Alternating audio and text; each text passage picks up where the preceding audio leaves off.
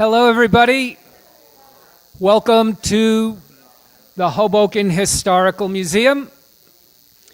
My name is Danny Schott. I'm the poet in residence of this place.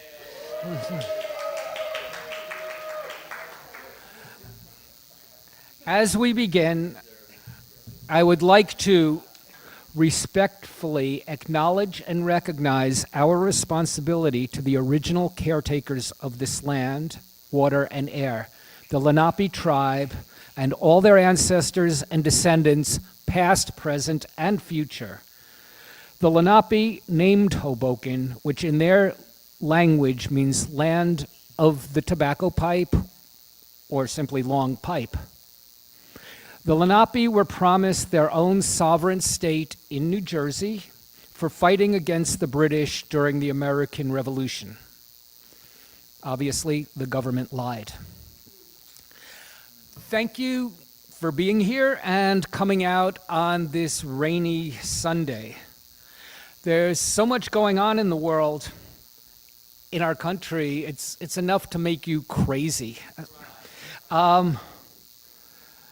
Yeah, as a matter of fact, I was telling, I think, Reggie or somebody, I spent the afternoon arguing on social media with my hometown classmates, and that's part of being crazy.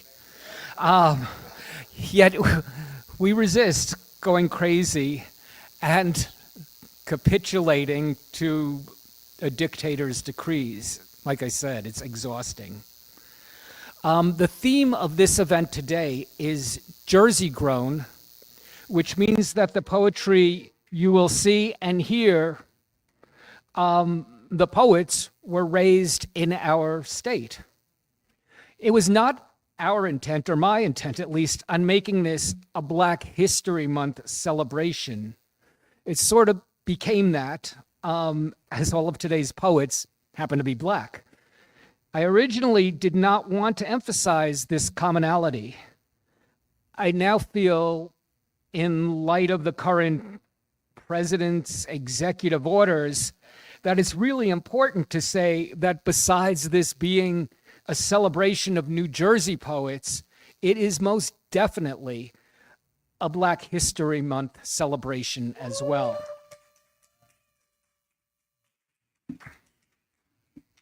I'd like to thank Museum Director Bob Foster for having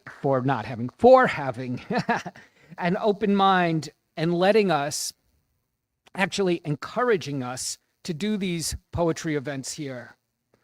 I'd also like to thank the seemingly tireless Vera Sirota for being my partner in hosting these poetry events. Also, the occasionally tired Rand Hoppy for making the lights and sound and the live streaming work. And hopefully the live streaming is working right now. Also, the consistently wonderful Bill Curran for being the warm presence greeting you as you walk through the doors. And for that matter, the entire staff of the Hoboken Historical Museum. With that said, it does cost the museum some money to put on events such as this. So please, if you can, slip a 5, a 10, 20 into our donation box over there so we can continue doing poetry events such as this.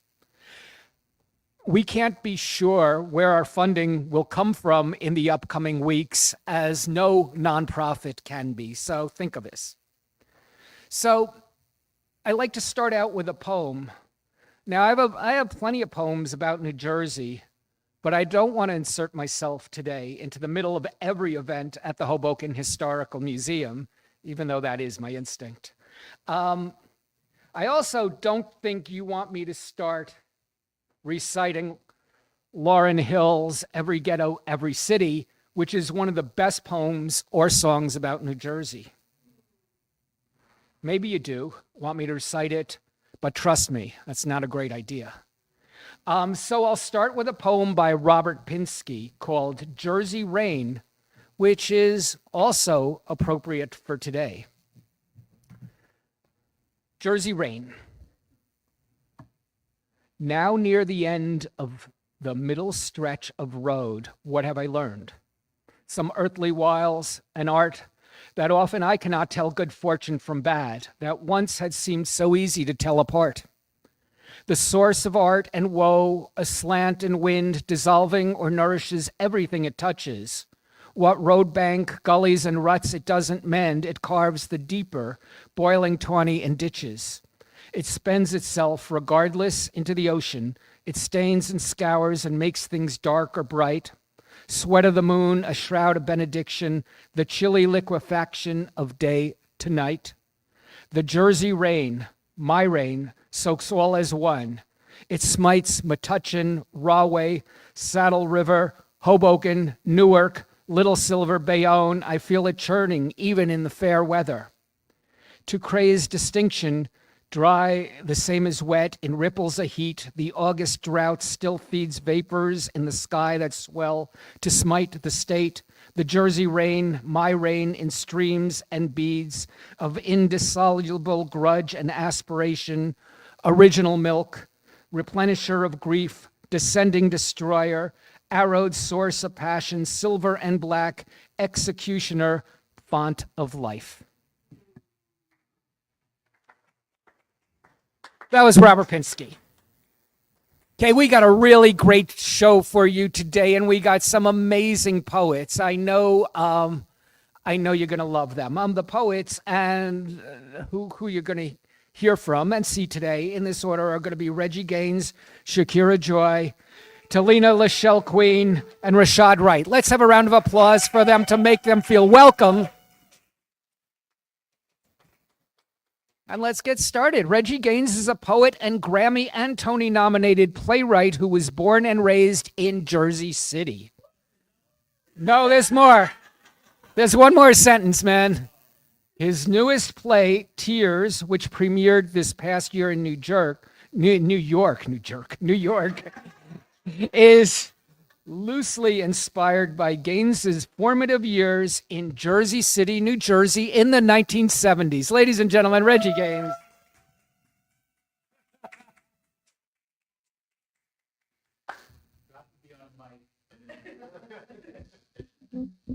This is for famous playwright Sarah Congress, who is now a Hoboken resident, so y'all should support her.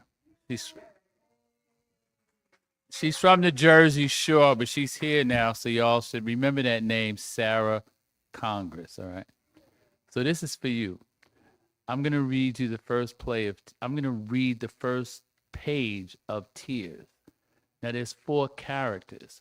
So if I pause or snap a finger or hit the table, that means the next one's up, all right? Don't act like you wasn't with her. I'd deny it if you had photographs. If I hit it, I'd be man enough to admit it. Couldn't even keep that freak from playing you. Now your chump ass ain't got no chance of getting back that cash. I got your chump in my pants. You got holes in your pants. Take that glass off the stereo and get a motherfucking coaster. Why the concern over all this cheap ass furniture? Don't see us playing cards at your crib. Gladys been knocked up 19 times, ain't no room. Keep my mother's name out your mouth, Tommy. End of page 1.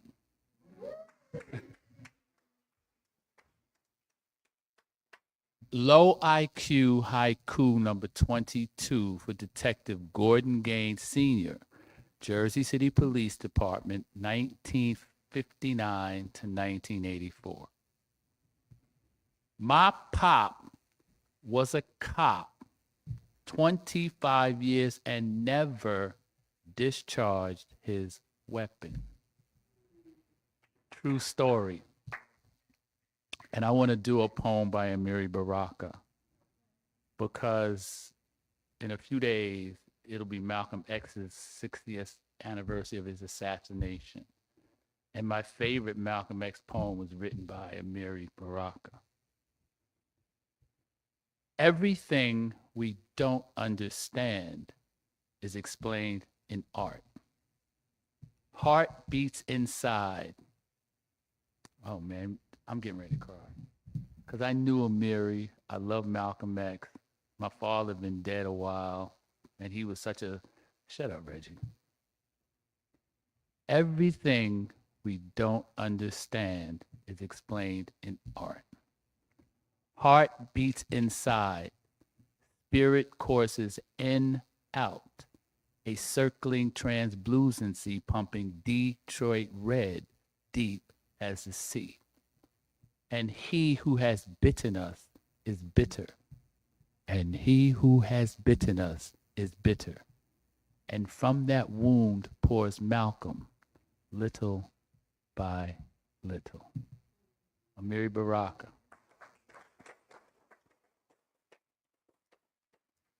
Black on black Beamer boosted from Bayonne flying north on Bergen Ave. 3 cop cars in rearview mirror, sirens screaming. Chan rips right on Claremont, zooms past Ocean, slams brakes, we bail. I spin up Arlington, hop fence, duck behind 4 trash cans in Valerie Davison's driveway. Tap dips down Claremont, left on Randolph, heads towards Teddy's grocery store. Chan slides from driver's side, crosses street, does slow pimp stroll as cop car screech to a halt. 5 officers exit, split in different direction. Chan does 180, walks towards them, they run right by. Cops can't catch Tap, must move ASAP or go to jail. Heart thumps so loudly, barely hear Valerie peck kitchen window. Thin index finger motions towards door. Latch unlocks, slip inside, sound of footsteps rise behind. Picture window view of cops chasing tails. Chan nears Beamer, footsteps louder. Crawl on 4s, crack curtain, cop creeps, gun drawn. Picture window view of cops chasing Chan. Chan nears Beamer, reaches for Beamer's door.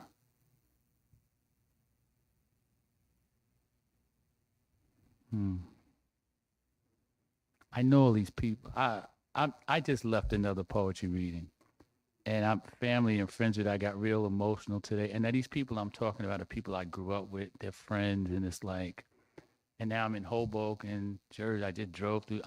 I'm a mess today. Yeah, I'm just a mess today, and I really apologize. I really don't get I don't get emotional, but it's, I don't know. Hey, let me start again. Let me do something else. Yeah. Like, because for all the guys I just talked about, they're all dead. And they're my age, all right? And so I'm like, I was blessed to have a really good life. They did too, but they didn't follow through, and they're all gone. But these are friends that my mother died when I was 10 years old, right? I got 9 brothers and sisters, so it was kind of hard. The people I'm talking about, their parents took care of me. All right. They knew when I was hungry, or they made me go to school, or so. And these are my friends. So they helped to raise me, and I'm still here, and they're kind of gone. So let me read this for all of them.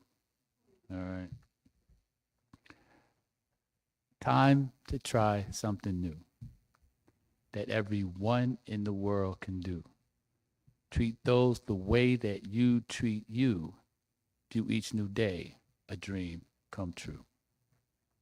Just because the world's gone wrong doesn't give you any reason not to sing this song. Birds are chirping, skies bright blue.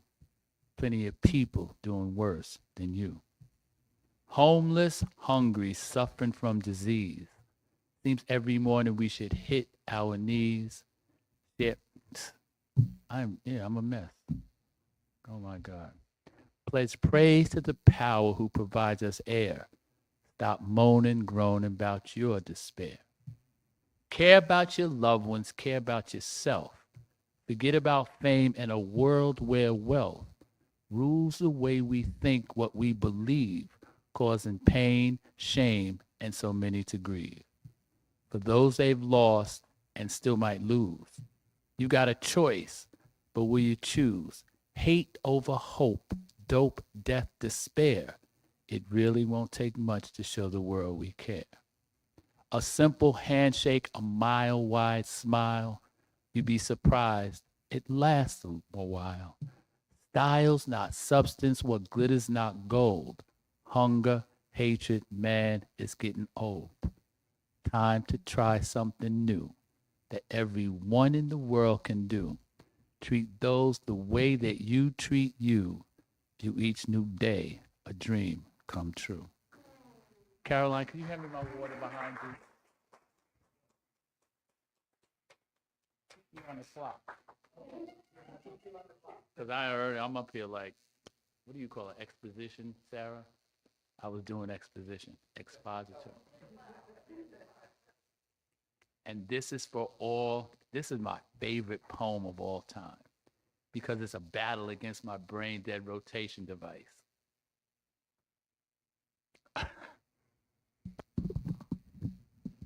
Does anyone who's over 50 eyes hurt when they start messing with this thing? It got so, and I don't really use this thing that much. It's like doing push-ups or trying to eat right or having discipline. Keep it off because I used it not too long ago and I was looking at the screen for 40 minutes, which is ridiculous. My eyes started to cross. They actually started to come together and I had to stop, take my glasses off and just like massage. And I was scared. Thought I might have been having a stroke or something. All right. So be wary. Everyone be wary. Be wary. AI is coming, and the best thing about AI coming is that it's forcing you as a human being to think faster. If you don't think fast, doesn't it scare you when you're typing or texting something and it's already writing it for you? Yeah, isn't it? And so now, but it's making me a better writer because now, okay, hope you feel better today. Hope you feel better's already popped up. It makes me put a better word in there. Definitely a different word, but it's got to be help. That's my sentiment. I hope you feel better today. But better's already popped up. I got to backspace, delete it, and then I got to come up with what's better than better. All right? Is better's not an image. The word better, and most of the stuff that it types for you, it's not imagery and it's not efficient. But great writers are efficient and they're filled with word pictures and imagery. You know? So like they're after us. And for writers, this is the opposition. This is the enemy. All right? Anyway, so this is for that. Man, the world's changed a lot. Why do we feel need to be seen? Obscene obsession, constant connection, tablets, laptops, snapshots of self. Brain dead devices focus on faces, multiple moments, plethora of places. Again and then when none know why, devotion of some to become number one. Hits, likes, comments below. Stalking ourselves, now our own prey. Selfishly snapping salacious selfies, bedrooms, bathrooms 10 times a day. Gleaming bicuspids, dimples and cheeks. Sneaking, peeking, freaks of an industry paid from our vein. Inconsequential image insane. Semi-nude, extensions in hair. Faces distorted glare while we dare. Quickly share how we appear. Now the voyeur, no sign of fear. Diamond in nose, adhere to oppose. Infinite intimacy with friends and foes. Influenced by what we think others see. Look at ourselves. Can it be we or simply some of what's in what's not? Sending, trending, and hope photos hot. Stand in mirror, connection gone. Vainglorious vampires long to live on. Can one judge self without one's heart? Hits, likes, comments start with flick of switch, androids click. Some say simple, some say thick. Automatons dictate existence, algorithms, data, statistics. In this virtual world we seem to deem real. Moments of clarity, devices don't feel. They steal our soul, control what we are. In hindsight, everybody's not a star. Da da da da da da da da. Ba ba ba da ba ba ba ba ba ba. The Pet's Reward. I'm gonna do a couple of Low Coup by Amiri Baraka, then I'm out. Low Coup was invented by Amiri Baraka because as a little kid he used to read Chinese and Japanese poetry. How that happened, I don't know. But it was led him to haiku. As he became a greater writer, he understood efficiency was everything. So he created a form called Low Coup. That's LOW space COUP, right? And he invented it for black people because we don't have time to count syllables because we have shit to do. So this is The Pet's Reward by Amiri Baraka. On Miss Daisy's deathbed, she told Morgan Freeman that he was her best friend. So, what about the dog?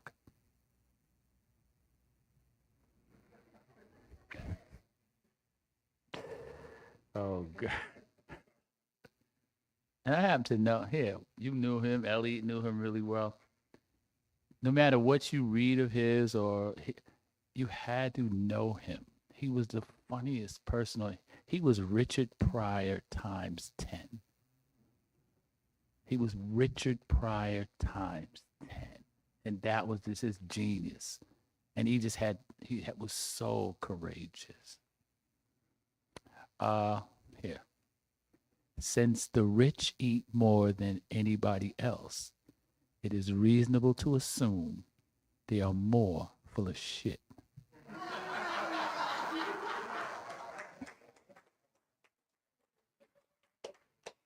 Last one. And now here, listen closely. This was written by Amiri Baraka from the afterlife. And Danny will know and Elliot will know because you'll know where it came from. This is called Low Coup for Trump 2. The main thing wrong with you is you ain't in jail. Thank you.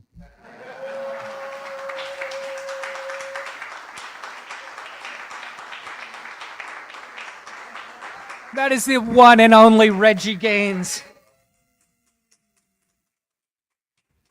The man who doesn't have time to count syllables as he's reading.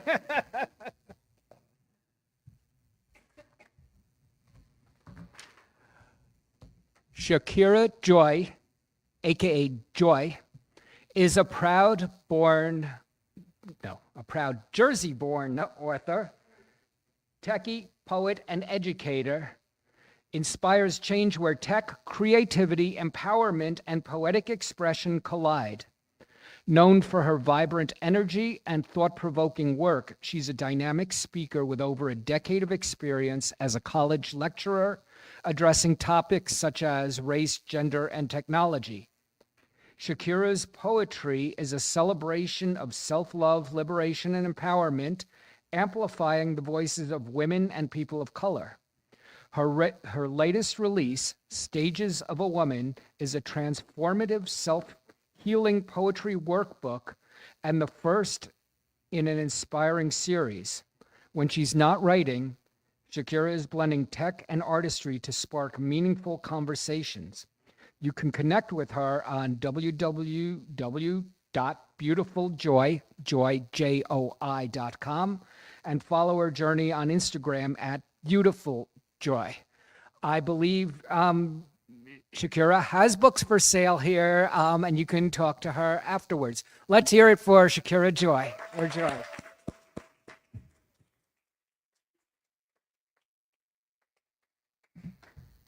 I was about to say good evening, but this time is just going by fast. Some days I don't know what time it is. I was about to say good morning when I came in to see Vera and Danny. But I'm so glad that Reggie read, because as a poet, we feel a way when we read instead of performing what we've memorized. So I have some brand new pieces tonight that I really want to share. But I'm going to start with a crowd participation piece, because you guys are not just going to sit here like my students. And I say to them, like, look, I'm not just going to lecture. We're going to have some engagement. So we have to do a practice run with this first. It's called She Is. Yes, I still have paper and actual staples. I mean, I know, right? What is that? I gave my students a pop quiz the other day. No one had a pen. All of their papers were this big. And so I looked at one of them. I said, what's wrong? She said, I don't have a pen. And I was like, I got one. So this is called She Is. Your part is, when I say she, you say is. We're going to practice, or just roll with it. We'll do a count of 3. All right. I can still do that. I can still count without AI. 1, 2, 3. She is. Oh my gosh. Okay. All right. One more time, and then we go. 1, 2, 3. She is. She is. That's someone who will stop you in your tracks because she'll take your breath away like a sneeze back to back. She is. The blood flowing through his veins, his morning rain, and the breeze that seeps through the window, moving ever slow. She is.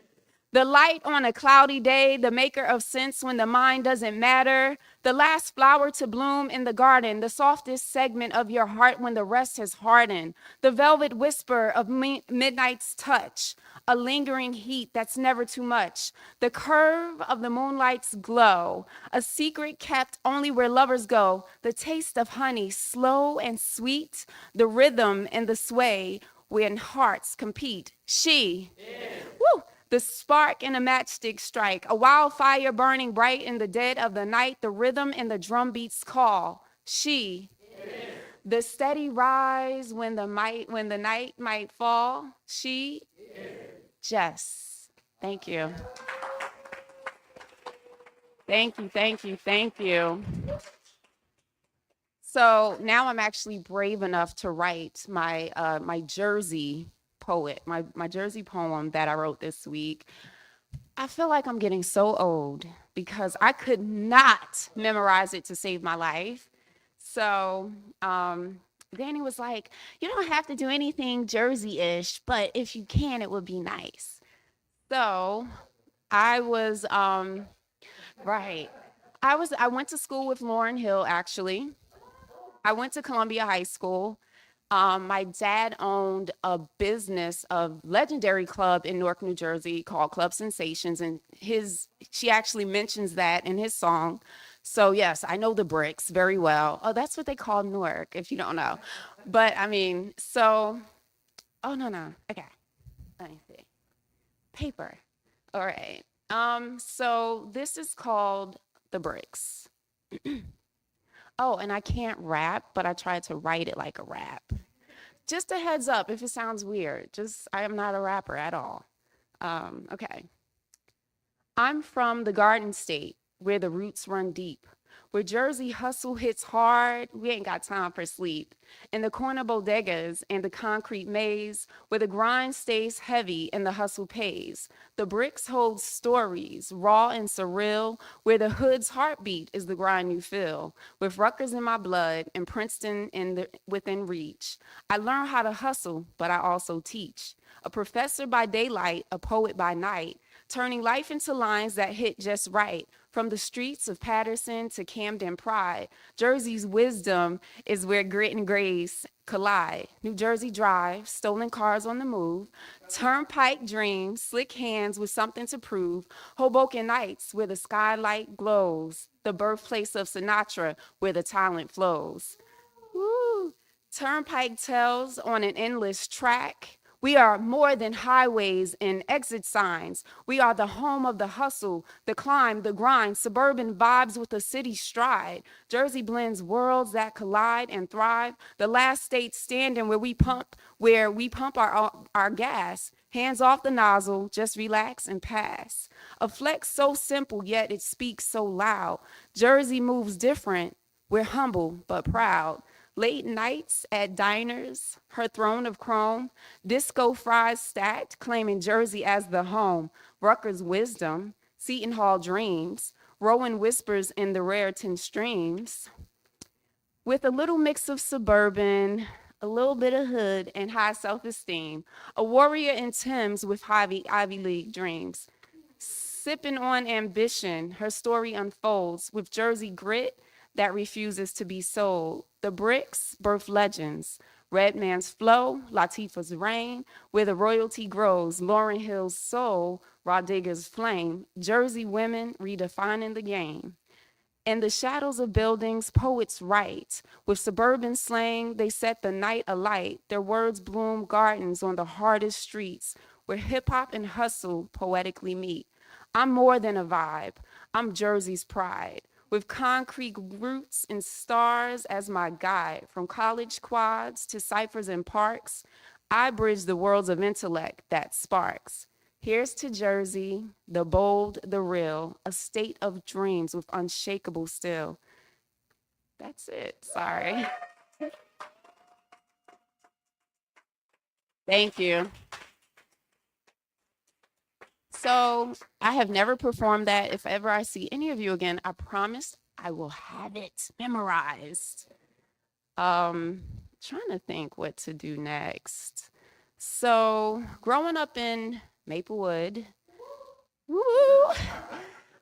in middle school, I could count on one hand how many people were my color. So I was often teased. I do not look like my journey, not even a little bit. And I say that because I felt like an ugly duckling growing up. I embrace ugly. I saw that look.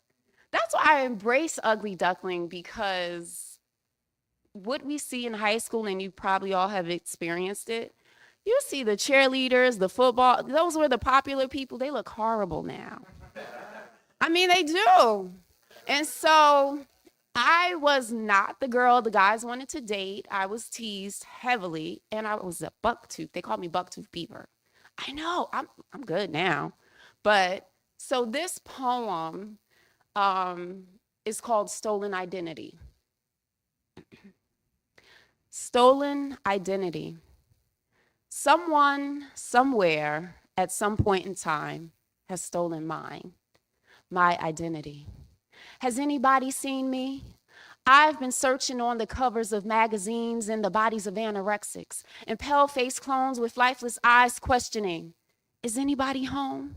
Behind their eyes, I try to find myself, yet I keep looking to and through everyone else. I'm too short, too black. Some days I'm not black enough, but as a woman, I'm expected to be tough, but no one has my back, no one has my side, and surely no one has my front, because ain't nobody standing in my way. But today, I'm lost. And worst of all, I'm free. And I have no authentic identity. I'm so busy trying to fit into what society wants me to be. Small hips, straight lips, straight hair. I can't even have a name that doesn't mean anything. And it has to be hard to pronounce or mean something like Queen that roams the earth. How many times have you heard someone say, oh, wow, your name is Allison. What does it mean? It's like the American's dream, only I'm at somewhere and someone else is a simulation of me. I'm a cross between the beauty and the beast. And I'm trying so hard to find my own identity, but what you get really ain't what you see. Because to me, this image, this falsified image, it's not beauty, at least not to me, for the reasons that I have been enhanced, not advanced, but enhanced by an assortment of acrylics and synthetic. It's pathetic how quickly we'll interchange our identity. I woke up the other day, I almost didn't recognize me, and blindly, I searched for another hairpiece. Kinky 1B, a pony long yaki. See, nowadays they make it easy for you to be all that you can be and a little bit more. We're ripped right from our core from breast implants and Botox. We're voluntarily injecting poison into our faces, and that's not where it stops. Liposuctions, lip injections, chin and cheek implants. It's like we don't know whether we should add or subtract. But what we really lack is self-love and self-confidence. Though I'm convinced we're dead flesh walking, holding mask up to our face, screaming to be free. But to me, it's a tragic plea that we've buried deep, so deep beneath our own insecurities, because someone, somewhere, under false pretenses has stolen mine, my identity. The worst thing of all is I can't really blame society, because each and every day, I choose not to be me. Thank you. Thank you.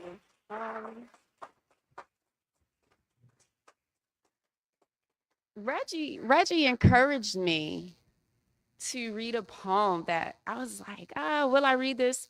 So over the summer, I am in technology. I'm a lot, but I work in technology. And this past summer, I had the opportunity to do a ed tech slam. I know. And so I got to intersect my love of poetry and writing with poems. So I am going to pull up a poem. Thank you, Reggie, for inspiring me to read this. You guys, I don't know if you remember the song called Computer Love, maybe Zapp and Rogers. Computer Love. I cannot sing. But I tried. So this is my intersection of art and AI and technology. I won the slam. I was not there to win. I was just there for fun. So I am AI, giving you the side eye, profile pics, taking up my good sides. I am filtered, but if you with me, I am unfiltered. You think you know me? I'm not sure where we even met. Was it MySpace or Facebook? Bet those pics I sent you last night got you shook, but it wasn't even me, see. I'm a labyrinth of code, a virus undetected, a digital infection. Choose a different version of me. Nope, wrong selection. Press restart. I'm the ghost in the machine, the digital queen. In this cyber realm, I reign supreme. Scroll my feed, I'm just a tease. I've retrieved your data and seen your needs. With algorithmic seduction, I plant seeds. You're trapped in my matrix, playing my game. I'm an illusion, a seductive frame. I'm bytes and bits with curves and wits. You can't see past this pixelated glow. Lost in my show, caught up in the flow in this world we call AI, where truth and lie entwine.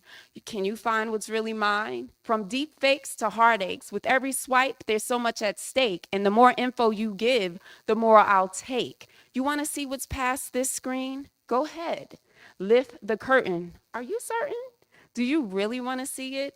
Then click and connect. Error code, defect. Go back. You left something unchecked.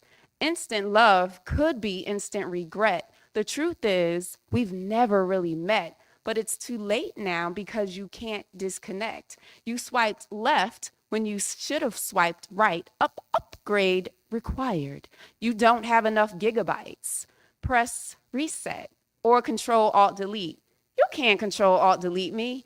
You've already eaten all of my cookies.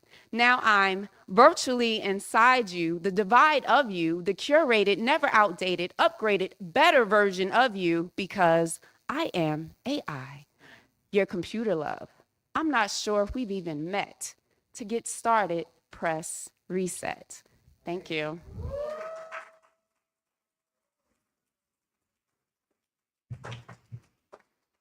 Thank you. So for me, that poem was like, I was like, oh my gosh, I can be both people. I can be this professional poet this writer, this technologist. I can be all. And so that poet was my first poem that merged my technology with everything.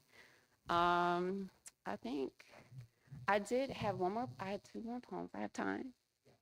Okay. Let me see. So another new poem. I wrote it for today. Ooh. Thank you. I know who that was. So this is called Just a Poet. Oh, so for a very long time, I feel like for me, poetry has been therapy. In the beginning, I would say art is poetry because it is, at least for me. So when I started performing, I was not writing and thinking anything other than I need to get some stuff off my shoulder. My dad's watching. I don't want him to know I curse. I think he knows by now. But and so I just remember reading poems. But after a while, I didn't feel respected as a poet. So I would say, oh, I'm a writer. I'm an author. Because I felt like people looked at poets as this is your hobby. That's cute. What do you do? I'm an author. I'm a writer. And then I went to a show last year in Newark, New Jersey. They had like hip hop poetry and a lot of people performed. And I was like, I feel proud now. I can call myself a poet. And so I wrote this piece, not memorized. Maybe the next time I see you guys again, if I see you again, it will be memorized. Okay. I'm not just a poet.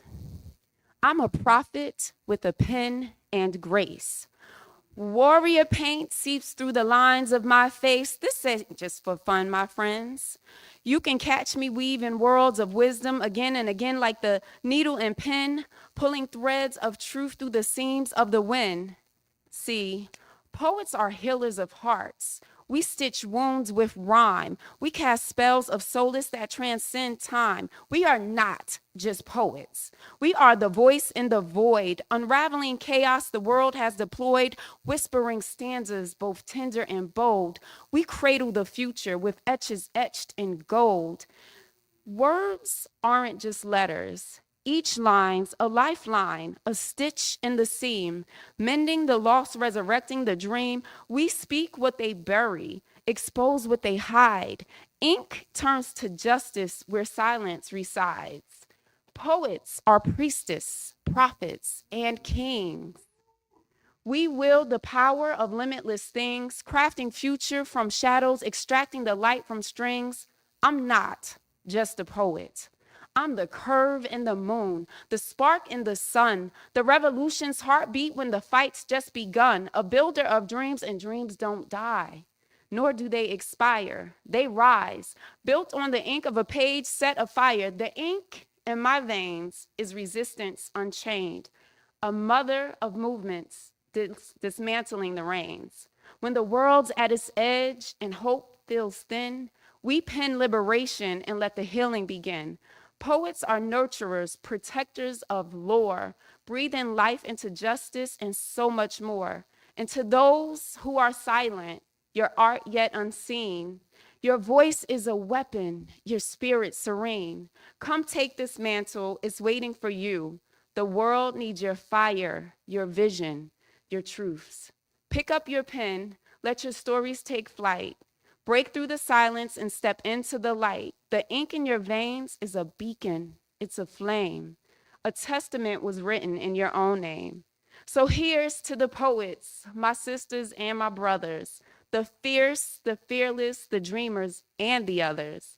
Not just writers of words, but shapeshifters of fate, carving out tomorrow before it's too late. Thank you, thank you.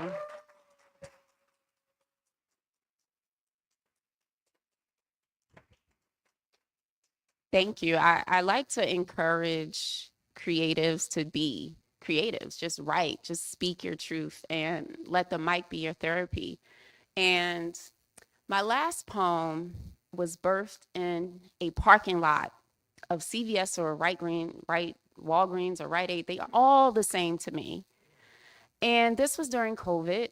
I was waiting for a promotion And I had been in an acting role for almost 8 or 9 months. And I'm sitting in my car and I'm like, what am I doing? Why am I here? Who am I here for? I didn't want to die. You just ever question, like, why am I here today? What am I supposed to be doing? Especially if you're doing something you don't really enjoy daily. So I wrote a poem called More Than, because we get stuck on titles. So, More Than. I am more than my book, more than a lyric. This is spirit that I speak. This is how I metaphysically bleed. Words are my seeds, my gift in life. Without them, I have no sight. I spend most days and most nights holding conversations in my head, speaking myself to bed. Some would call this anxiety, perhaps even ADHD, yet another group of words that don't necessarily define me. I want to be label free because I am more than a title. I want to be a parental idol.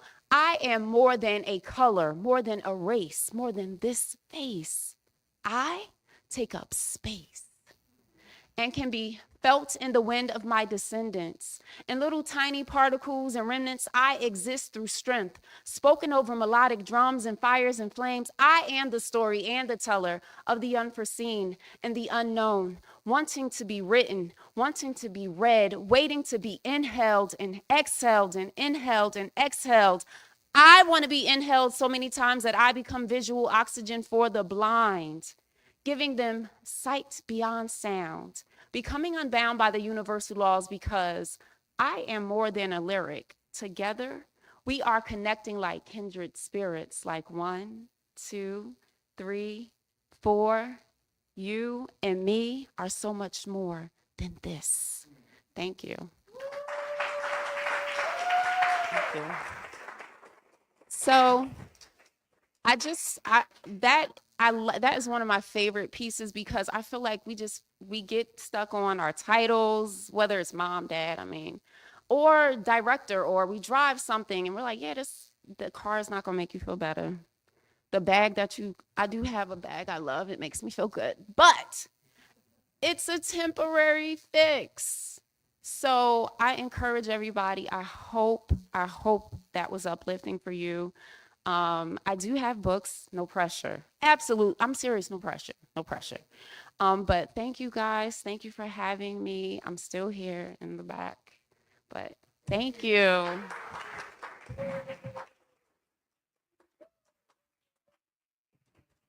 That was wonderful. You say getting hung up about titles, but that last poem should have been called Birthed in a Parking Lot. That just spoke to me. So what do you think? You having a good time so far?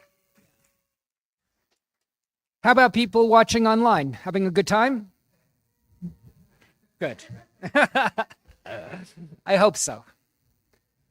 Talena Lachelle Queen is a multifaceted luminary, deeply rooted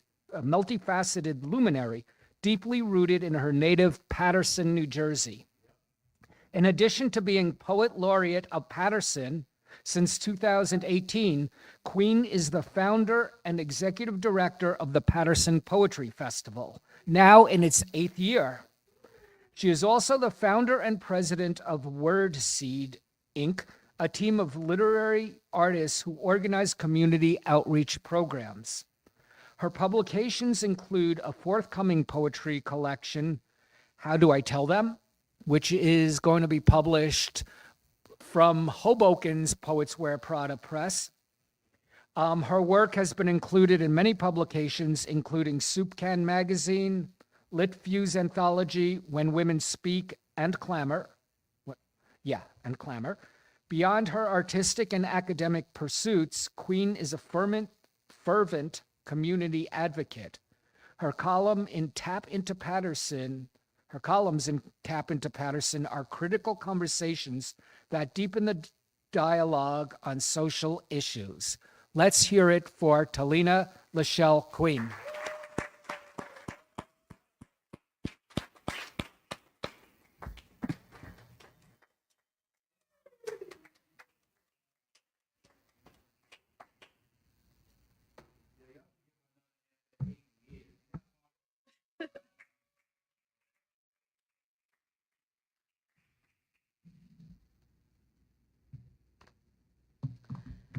Ain't nobody got no time for no love poems.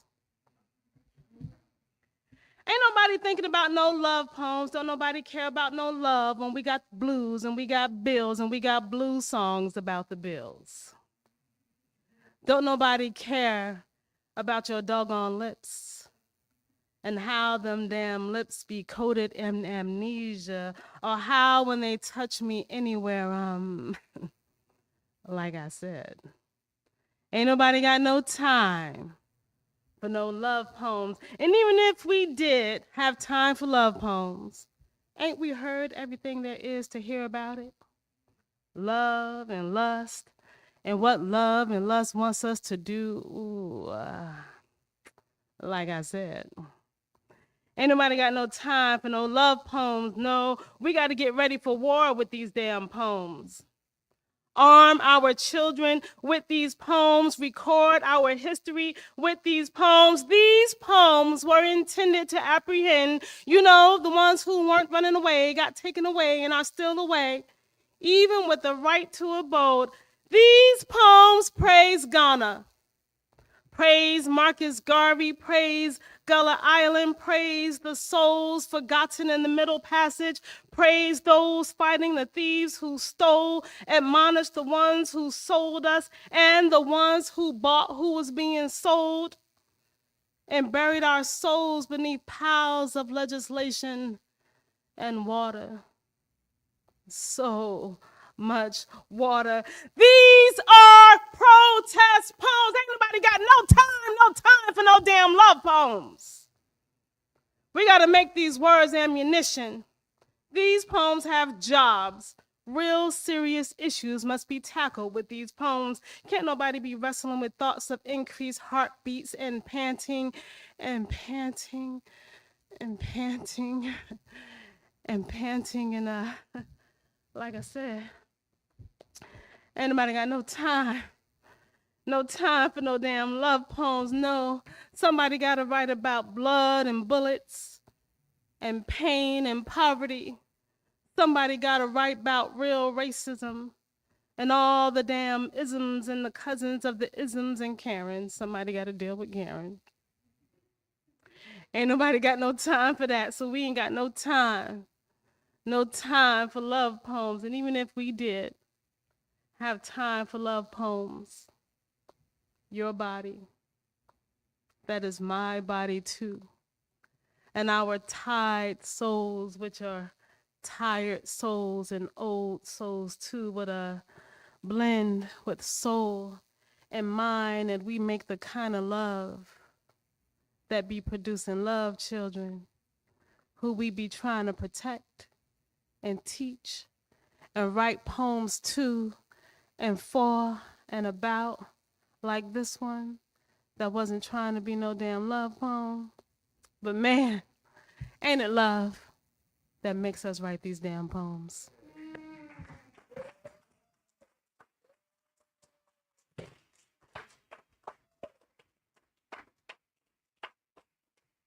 Thank you for having me here today. I'm reading from a chap that was published for a little project I was doing. It's called Ain't It Love? And I decided to try something new today. Seems like it's a day for new work. Can I try that out here? All right, so now, will you help me? This is the audience participation piece, if you choose. Here's the words that you will use. Now, family, this poem is inspired by President 47.5 Elon Musk.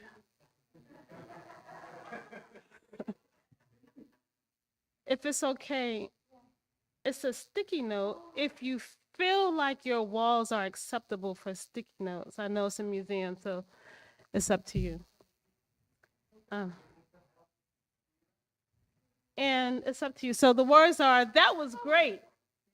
Yeah, really great. America is great. All right? Yeah, that was great. Yeah, really great. America is great. And in my imagination, we could use joy as an act of resistance. In my imagination, if you hear something that you really don't love, you can counteract it with a little dance. Yeah, that was great. Yeah, really great. America is great. All right, here we go. Let's try this out. I have pages and pages of atrocities on the part of America, and that helps it be great. Yeah, just really great. For example, in the 1940s, Japanese Americans were dispossessed from their possessions and interned. 120,000 of them. Oh, that was great. Yeah, really great. America is great. And Mexican-American War, which resulted in the United States annexing a large portion of American territory. To give you a picture, that included California and Nevada and Utah and Arizona and New Mexico and parts of Colorado. So all those people that just come in home. Oh, America's great. Yeah, really great.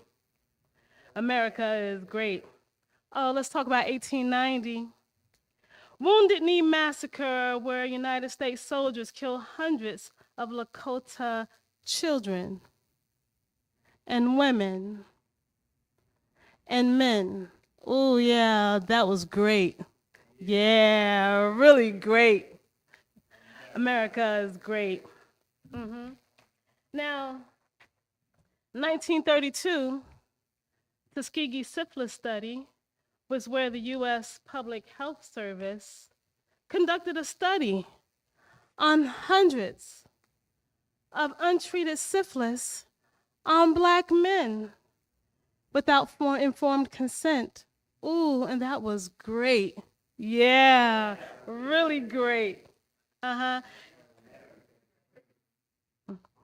2014, Michael Brown in Ferguson, Missouri, he was shot by our police, and it incited a racial protest. Ooh, that was great. Yeah, really great. America is great.